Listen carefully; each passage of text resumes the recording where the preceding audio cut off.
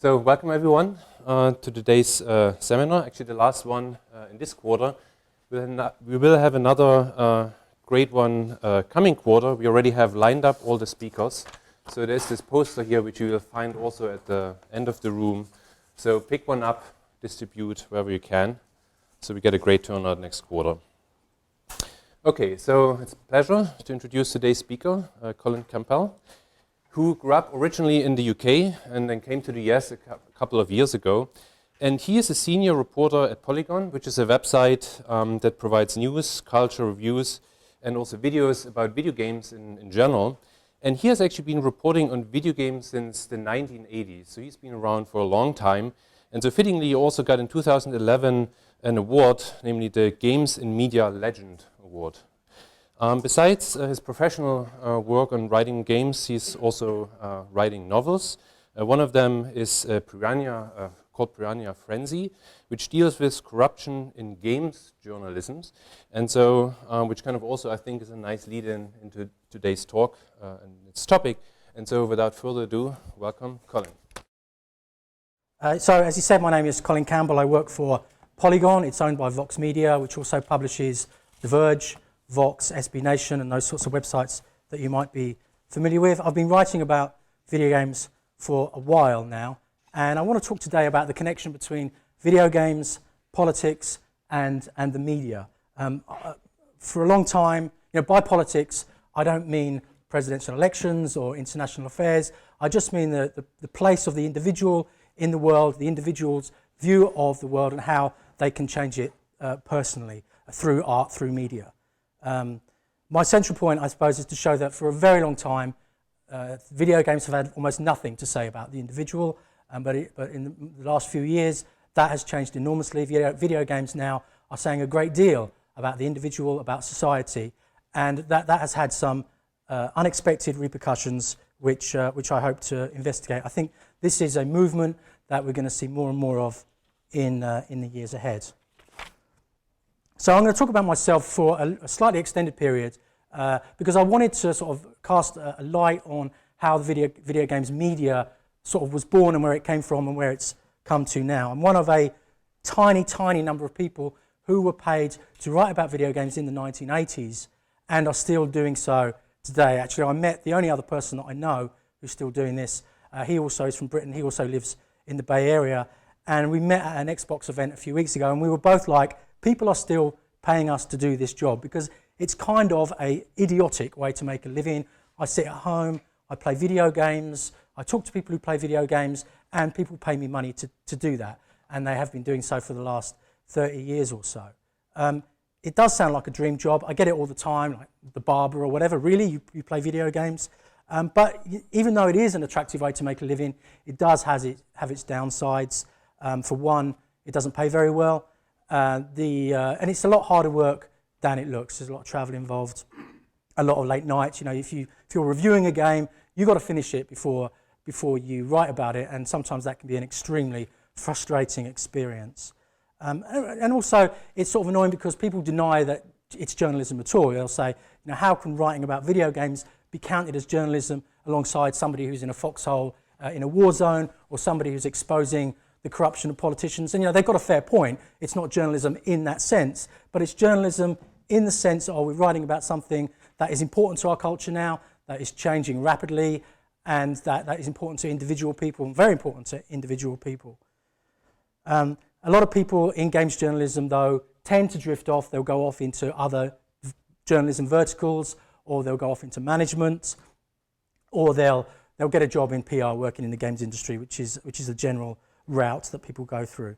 I want to talk about how I got started in games journalism. When I was a boy, the Atari VCS came along, and Pong and all that jazz, and I played those things like all other boys and some girls at that time.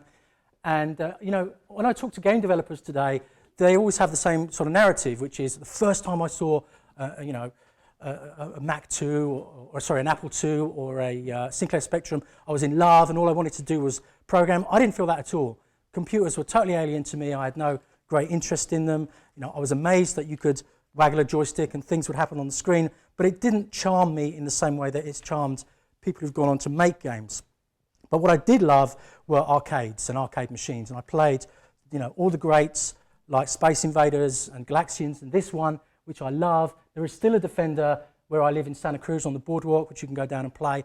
This is still, in my opinion, one of the top 3 video games of all time. I absolutely love it, although I'm not nearly as good as I was 30 years ago. The places where we'd play those video games were sort of CD chip shops, taxi ranks, and there was a sort of separate culture from the kind of home computer crowd who were figuring out how to program and how to create new worlds.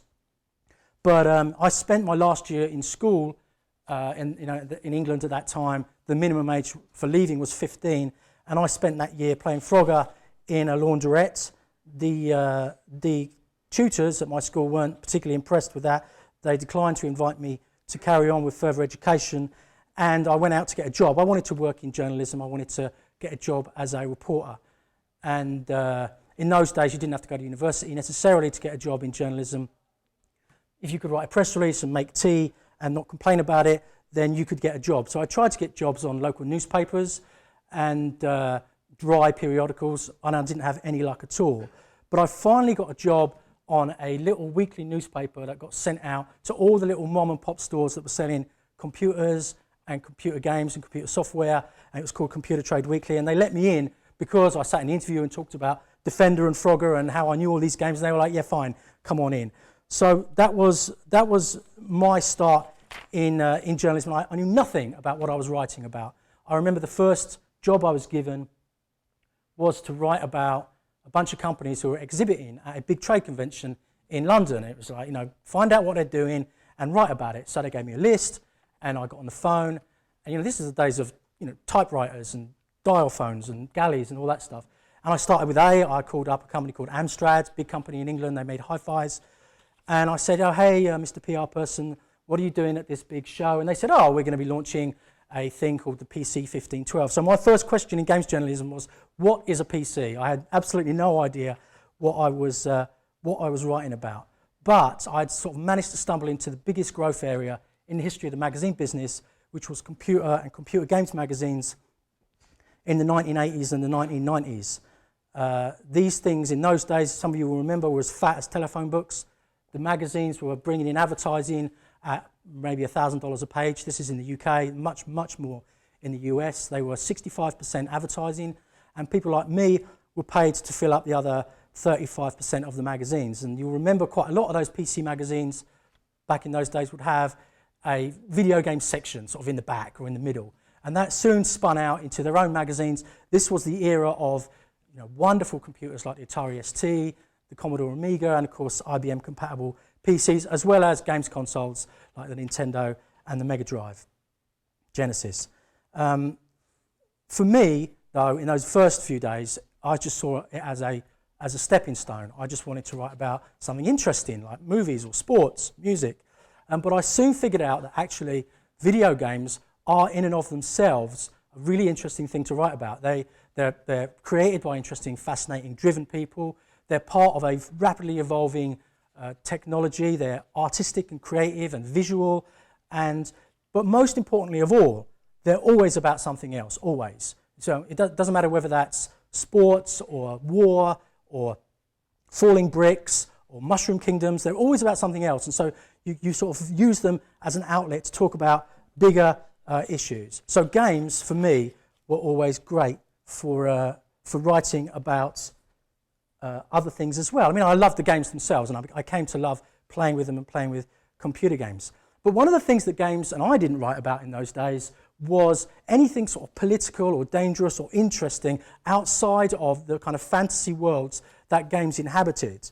And I want to kind of address that failure now at a time when those things are being addressed, because this is a long period of time. We're talking about 1980, 81 through to about 2010, when video games journalism did not talk about anything other than video games in a very narrow sense.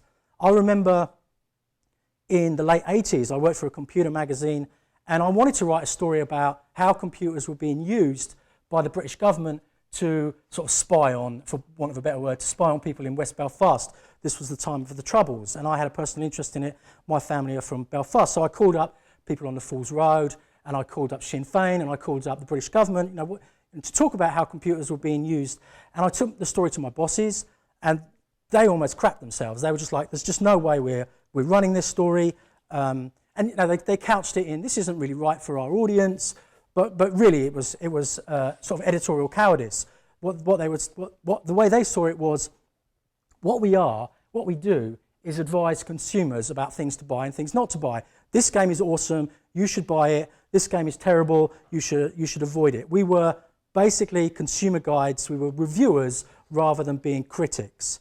And there were some exceptions. There were like consumer-focused reports on the price of games, or whether piracy is a good or a bad thing, or whether DLC should come out a month after a game or a year after a game. Those sorts of consumer fandom concerns. But the fact of the matter is that at a time when magazines like Rolling Stone and NME and music magazines were quite comfortable talking about music and cinema and art in a wider context of the culture that they were inside, we weren't comfortable with that at all, and we just never really went there.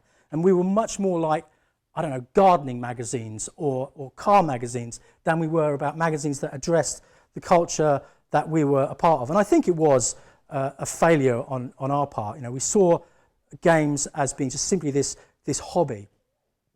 But it didn't help that games on the whole were ostensibly apolitical. The idea of a games publisher during the 80s or the 90s releasing a game protesting against, say, apartheid was just unthinkable. They were too busy making games about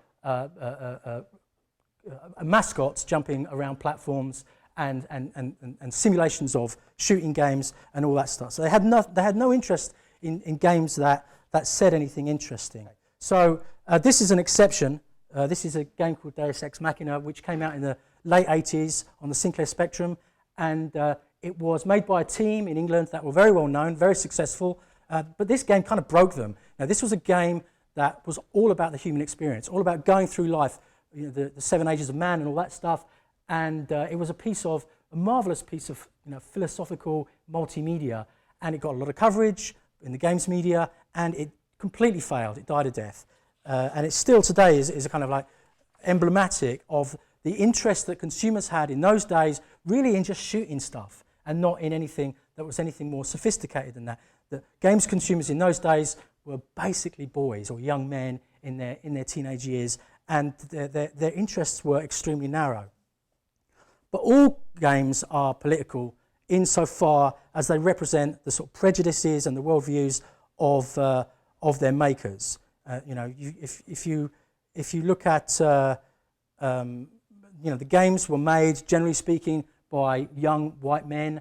The games were consumed, generally speaking, by young men. The games were written about by young men. And women in these games were almost always treated as garlands or decorations, or perhaps as victims. People of colour were always villains or comic relief. And I think as journalists at the time, I can't speak for other journalists, but for me at the time, it was a sort of, I recognised it, but only in a sort of eye-rolly, oh, here we go again, writing about Middle Eastern bad guys or whatever. But there was never any attempt to say, hang on, this is not quite right. And I suppose that is really what privilege looks like. Games are all, when I think about one of my favourite games, which is Civilization, you look at the Civilization series of games, just wonderful. But you think about that game, what it says is that in order to create a civilization, you need to create lots of military units, you need to expand, you need to conquer your neighbours. And, is that really the definition of civilization?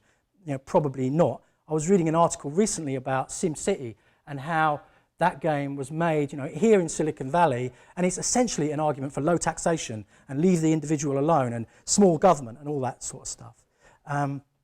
So I think now, if I could go back in time and be a little bit more proactive about writing about these issues, wouldn't it be marvellous if I was sort of 10 times smarter and 10 times bolder than I actually am? But there's a part of me that thinks, well, it's a bit like that Belfast story. I'd go to the bosses and I'd say, here's an interesting perspective on games, and they'd be like, that's just not who we are. And it's still going on. I mean, I wrote for a big website, not Polygon, in about 2011, and I wrote a story about how women are bullied shockingly in online games. You know, they go play these online games, and if they reveal themselves to be women, they get all sorts of appalling treatment. And the editor was just like, we're not running this. This is all played out, this story. But it wasn't all played out. It was an essential story that needed to be told, and kind of was told in the mainstream a couple of years later. But I think there's a sense of caution and perhaps cowardice that was going on at that time. Thankfully, that is changing. There are young journalists today who are who've been brought up with games around them as just simply part of the culture they live in, and they're comfortable drawing lines between human behaviour and the activities, the society that they see around them, and the entertainment that we produce, whether that is, or that we consume, whether that is music or movies or video games. Obviously, video games is where it's really happening right now. It's the most interesting art form because it's the one that is changing the most, and it's the one that people are most sort of connected to through their lives. There is now a demand for analysis like Feminist Frequency, which is, I think, absolutely marvellous. She's brought feminist learning from places like this into games criticism, and so that, you know, even though for years and years people might have talked about a crappy way that women were portrayed in video games, now we're hearing the arguments in a convincing and erudite way that we weren't hearing about before, and there are other commentators and journalists who are coming forward and talking about LGBT issues and race and economic distribution, gun laws, so on and so forth, and we're going to see more and more of that. But what's most interesting, I think, is that games writing and games journalism has become more political at the same time that games have become more political, and I think that a lot of the sort of force and power of this stuff is coming from the people who actually make games. And I just want to spend 5 minutes or so just talking about a few of those games, and I apologise if you're super familiar with these. This is Life is Strange, and all it is a game about two young women who are pals, and it's about the intensity of their relationship. Quite often people of this age have intense relationships, and they spend a lot of time on screen just talking to each other. And you know, the game itself is a sort of telltale style series of dialogue trees, some time travel based puzzles, but that's not what's interesting about it. What's interesting and political about it is that it's about young women. Now, if you had a movie or a television show about two young women being pals, nobody would really be that interested, or if there was a book, but because it's a game, that's what's interesting about it. And a lot of people are talking about it as if this is something amazing, you know, a game about young women. Personally, I actually love this game, but I think there was a lot of things wrong with it. It was all too obviously made by men, in my opinion. They idealised the characters too much, but still a step forward. This is Tacoma. It is made by the people who made Gone Home. I don't know if you played that game. It's a marvellous game set in the 1990s. The pedigree of the developers is enough reason to talk about it. It's set in a space station in like 2085. That's not interesting. What's interesting is it's about what happens when people who are from very different backgrounds, who have very different perspectives and ideals, are put together in a small space and they come up against each other. And when you put a pressure on that, then sparks start to fly. And I can't think of anything that's more political than that. You know, you turn on CNN tonight, and that's essentially what they're going to be talking about.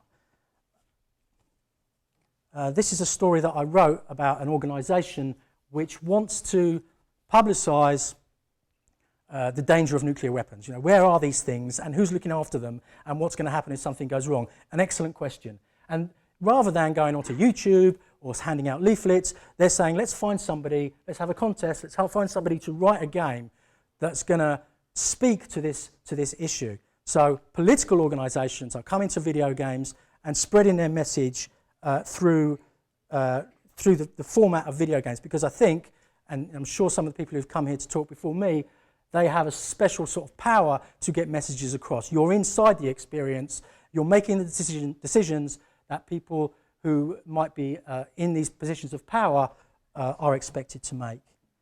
This is Final Girls, and I really love this project because it was written by a woman who'd suffered from abuse. She'd gone through the process of recovery groups. She wanted to talk about how recovery groups work, how women talk to each other in these situations and how they get through it. And it's based roughly on fictional women who survived horror movies and science fiction movies. You know, the last woman to survive. It's funny, it's quirky, and it's powerful, and a lot of games are doing that. But these are examples of, I think, games that have positive messages about how the world can be a better place, how we can help people through video games. But there are also other games that have negative connotations and negative politics. This is a game called Hatred, and it's about a man who despises humanity and decides he's going to run around and just shoot everybody. It doesn't matter who they are, and it's a sort of mass murder simulation. This is the headline that I wrote at the time. I thought it was appalling. It didn't surprise me at all to find out that the people who were running it had links to far-right organisations. But the game got a lot of support. There are a lot of people out there who are, thank God, something that isn't politically correct, something that tells it as it is. So I just wanted to show that game because it shows the division between the video games are speaking to all corners of the political spectrum.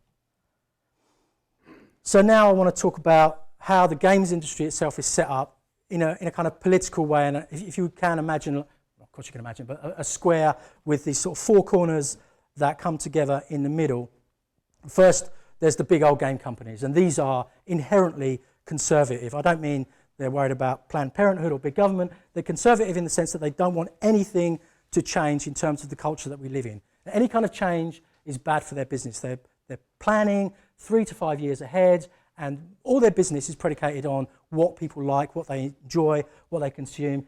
If you can imagine, say, American football, the NFL, declining in popularity over the next few years, that would be a catastrophe for a company like Electronic Arts, which is heavily invested in football, in Madden, its Madden franchise in the NFL. And every year, I don't particularly care about American football, but every year when the Madden ad comes out in August, I'm always kind of excited about it because the ads are slick and they're funny and people talk about them on social media. They're not just advertising Madden games, which I'll never play. They're advertising the NFL. They're advertising the continuation of the culture that we live in. And the same goes for like shooting games. If shooting games suddenly tomorrow were seen as the childish toys of man boys, man babies, then that would be a catastrophe for Activision, and they make sure that doesn't happen through their advertising. And it's no surprise to find out that Activision is run by an advertising guy.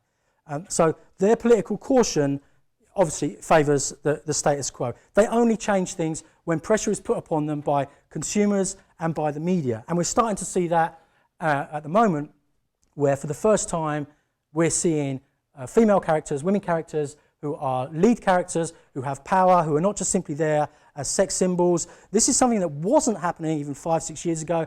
And these companies turn up at big trade shows like E3, and they show their game, and somebody will say, well, where is the female lead option in this game? And they're sort of shamefacedly saying, well, we didn't actually think of that. And they're starting to create dynamics where you can play as a woman in a game, or the woman leading the game has a certain amount of power. You look at the way Lara Croft was in the 90s and the way that she is now, where she is an actual human being who grows and has emotions and has power.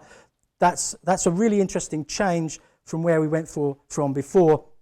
But it didn't really come from within. I think it came from outside those organisations.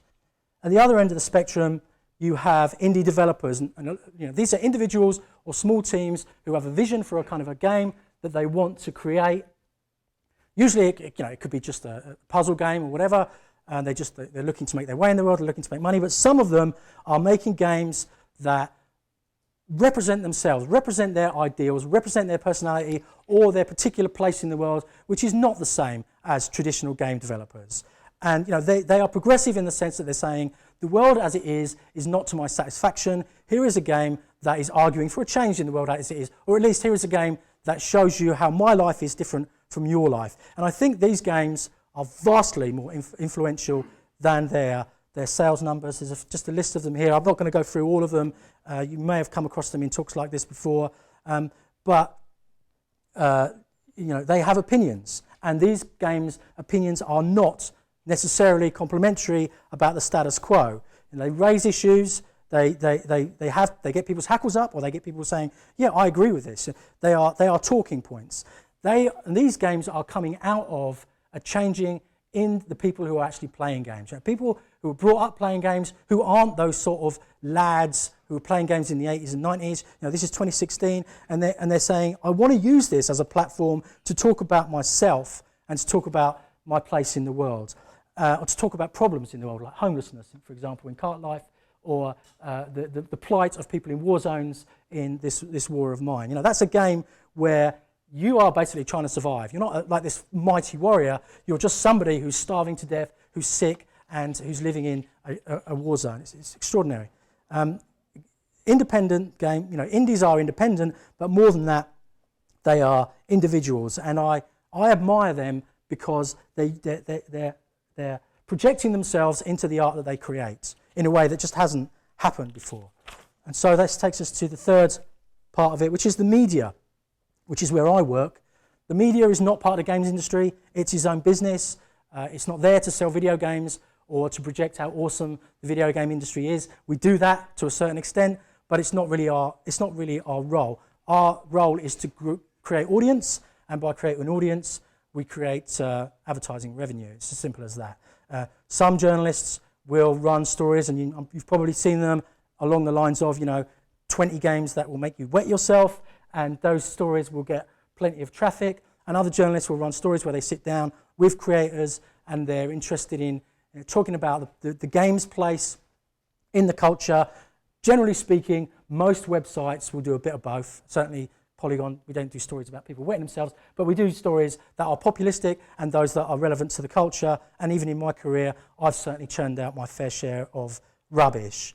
There are journalists out there who represent the kind of preview, review, let's play treadmill that has been a part of the games industry for a really long time, which is big companies turn up with their PR people, they show you the game, you write about it, you review it, you talk about how great it is.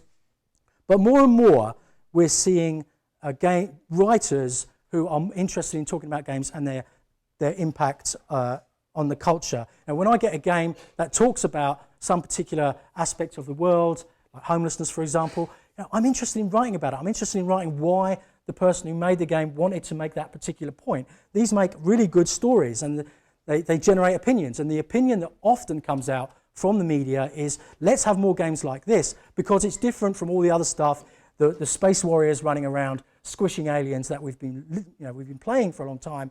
Those games are fine, but here's something that actually has something interesting to say about the world. And so these media outlets are sort of saying, let's have more of this. And it starts to look like campaigning journalism. It is progressive in the sense that it's saying we want change. We want more things that represent change, that are looking for change. And there are plenty of journalists in games journalism, as in all areas of journalism, who are kind of blindly propagating conservative ideas that are handed down to them by vested interests like publishers, and they have a lot of self-sustaining power.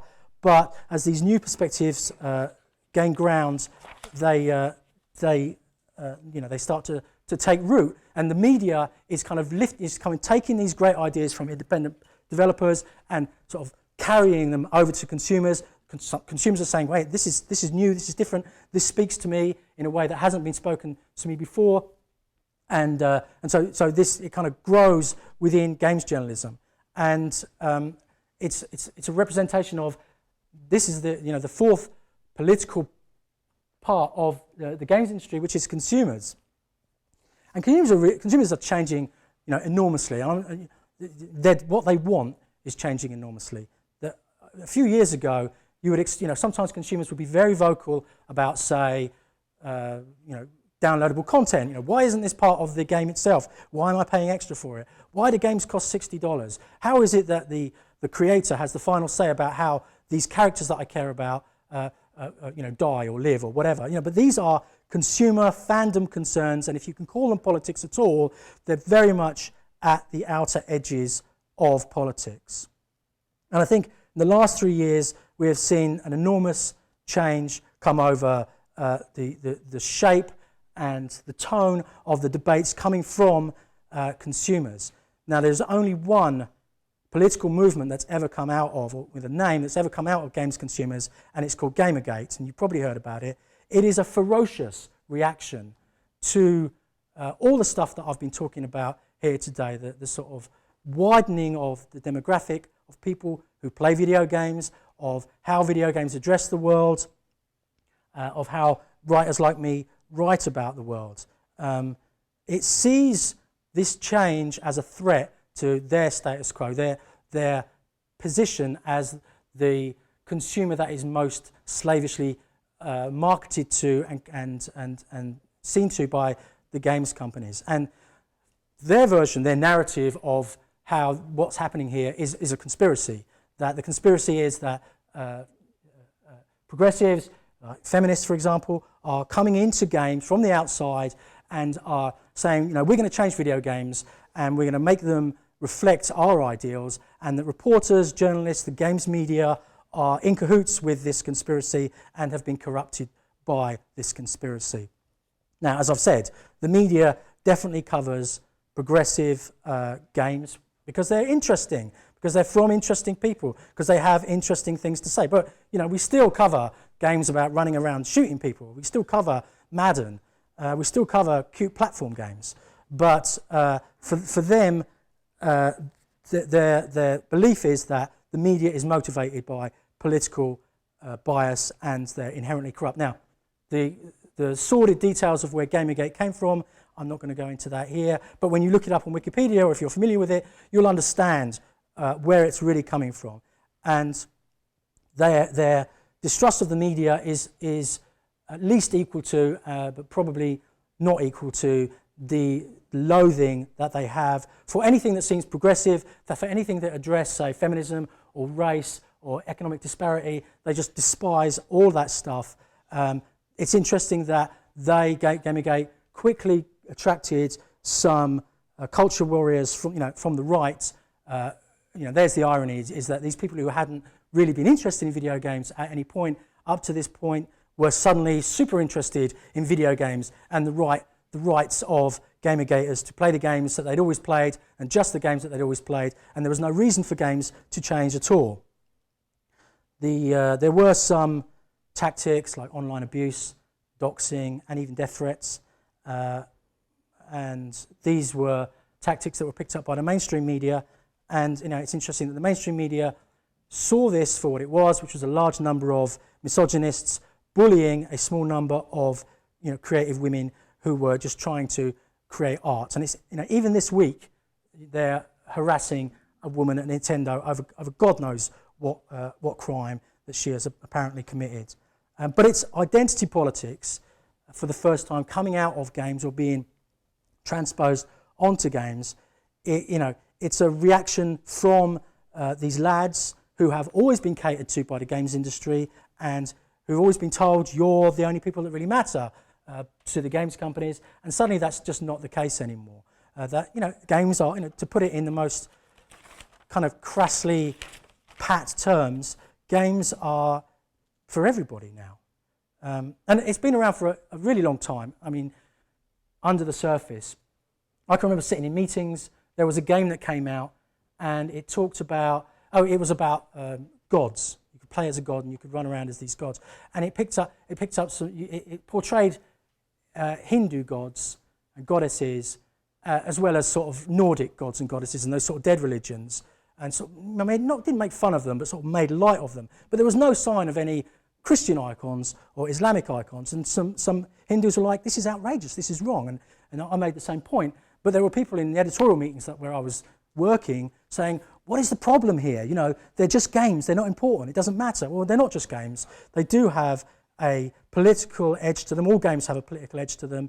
And that is now being reflected. And I think Gamergate, in my personal opinion, is starting to dissipate. It is starting to go away. Obviously, there's always going to be a hardcore, but the real power is, and I think they've already sort of lost, for want of a better word, the real power is in the changing face of games consumers, in their demand for games that speak to the world that they want to see and that speak to the emotions that they want to feel. Games now are not just like gardening or, fixing cars. It's not just something you go out and do. They are part of the culture that we live in, and arguably they are the most important part of the culture that we live in, because games are going to be a huge part of how we communicate with each other, how we learn from each other, as well as how we entertain each other.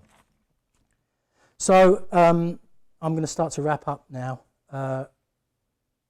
What's interesting for me is that the catalyst for all this is actually a really small number of people making a small number of games that are played by a relatively small number of people.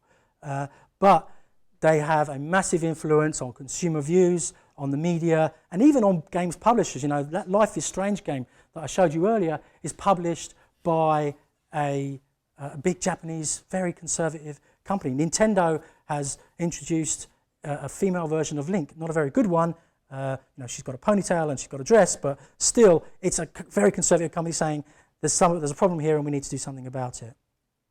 To get it into context, this game, Depression Quest, sold maybe 1 million copies for an independent game. That is an extraordinary achievement, but still, 1 million copies, when you put it next to Grand Theft Auto 5, which has sold, I'm guessing, 40 million copies, is small beer. But they're both political games in their own right. One of them, Depression Quests, says, this is what it's like to be a human being. This is what it's like to suffer from depression. This is what you might not understand about it when you say, hey, cheer up, what's the problem? This is a game that if you've never suffered from depression and you played this game, you would understand what it means to suffer from depression. Whereas Grand Theft Auto is a political game in the sense that it makes fun of urban politics and modern America. It doesn't have anything to say apart from, you know, haha, look at these dumb people, now you can go and shoot them. And I think I'm much more interested in seeing what happens with these sorts of games like Depression Quests than in these sort of grotesque simulations of the world. Games are not a new media. Now, they've been around for 40 odd years. They've been around all my life. And it did not take decades for the printed word or for movies to start becoming political. Books were political from day one. Movies got political within the first few years. And yet only now we're seeing games get political. But I think the fact is that the printed book just came out of speaking, and movies came out of theatres, which have been around.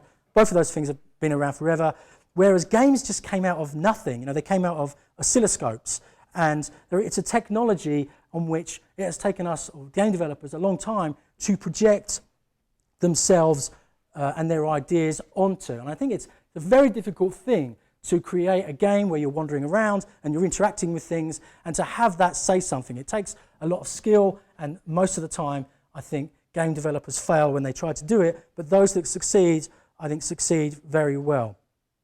You know, we're getting there. I've been writing about games, as I say, for 30 years.